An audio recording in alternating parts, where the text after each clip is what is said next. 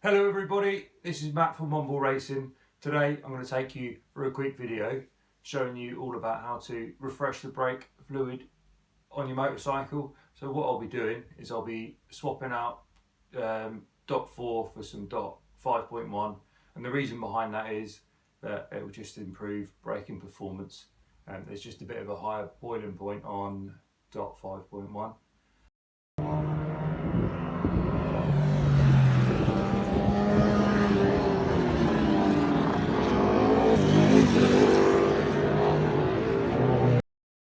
So I'll talk through what we're going to need today. We're going to need some rubber gloves. This brake fluid is pretty nasty old stuff. You don't want to get that on your skin. We've got an 8mm spanner, a set of Allen keys, a piece of rubber tubing, a receptacle to drain the old oil into, some kitchen roll handy, and my favourite beverage from 999 Coffee, and my favourite racing mug. Before we get started then, let's just make sure that the bike is on a nice level surface. I've got mine up on a rear paddock stand, and that will just ensure the bike is nice and level and secure throughout. So coming in the top here, we've got brake fluid reservoir with an upper and lower marking, and running down from that it's just a bit of pipe into the master cylinder and the lever. Coming out the back there, we've got a couple of braided lines which run all the way down to the caliper, and the calipers are down here, one either side of the wheel, and then tucked away right around here is this shy little beast, which is a bleed nipple, the star of the show, and we'll go on a little bit more about that in just a sec. First job then, we've got the cap off the top of the reservoir. All that was there was just an Allen key securing in a clamp that sits on the top there, and as you can see, that's the fluid that's in there at the moment. And then all I've done down the bottom end here is just got myself set up. So I've got a ring spanner on the bleed nipple with that rubber tubing over the top, running down into a receptacle for that fluid to drain out of. And I'll just quickly show you this. So this is the cap. We've got a couple of seals in there, plastic seal, rubber seal, and then there's that clamp with that Allen key. Let's begin. What we're going to do is turn this bleed nipple, which is in our thread here, for a bit of a turn, and that's just going to loosen off the valve in there, and then we're going to go up to the brake lever. I'm just going to pump the fluid through the system.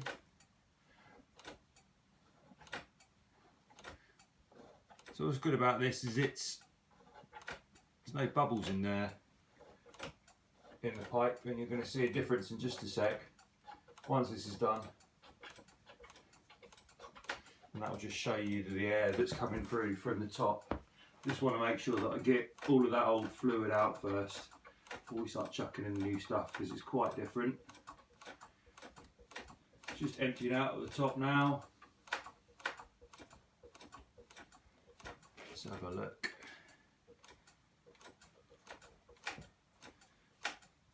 So as you're getting more air through the pipe here, you're just feeling that the brake lever is getting a little bit more slack at the top. So we'll just hold that brake lever in all the way home, and we'll just tighten that off. So that now is most of the fluid out of the top end and the hoses. Here's the new fluid then, dot 5.1 from Motul. What are we saying? Wet, boiling point 185 degrees C. Pretty hot. Just made a little hole in the top of the foil lid, and we're just going to top up the reservoir now with the new fluid. Oh, look at that. Slowly does it. We don't want to make a mess. We don't want to waste fluid, do we? That'll do. Now the trick here is just to make sure that we're always keeping fluid in this top part of the reservoir. With that top reservoir filled up now, I'm just going to turn that through a bit of a turn. We can set that lever up there somehow on the tyre. Come on. Okay, no worries. We'll just hold it. We'll have it your way. We'll just pump that lever through then. So as you can see, we've got some bubbles coming through. That's just a bit of air that we've let in, unfortunately, through the top of the reservoir. We could really avoid that until without getting rid of all the old stuff. So the top of the reservoir here is getting low, so I'm just going to hold that lever in now, keep it squeezed in, shut the nipple off, release at the top. Let me take you up here. So we're not quite empty, but obviously you can see where it drains out down here. We want to keep that underwater to prevent any more air getting in the system. And all we're going to do is repeat the process again. I'm going to turn that 8mm spanner through a bit of a turn there, a quarter of a turn, pump that brake lever until we're feeling for firmness, and we're waiting for those bubbles to clear out through that line. All that's happening up this top end here is we're just pumping the brake through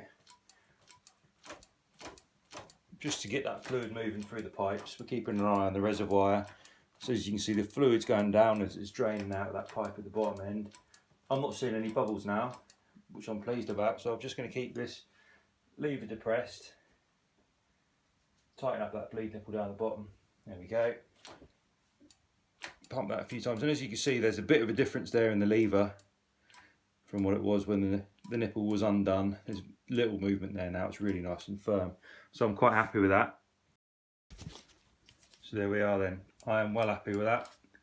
Not a lot of movement on that, nice and firm. I'm not seeing any bubbles through this pipe here now, so I'm fairly happy to say that that's this caliper done. I hope you've enjoyed that video. Just remember, I'm not a mechanic. It's a fairly critical job, so I think if you're not at all 100% happy, then get the bike down to your local garage, get those guys to sort that out for you properly. But I hope you found it useful. I look forward to seeing you in the next videos. If you haven't done so already, please give the video a like. Let me know in the comments down below what videos that you want to see next.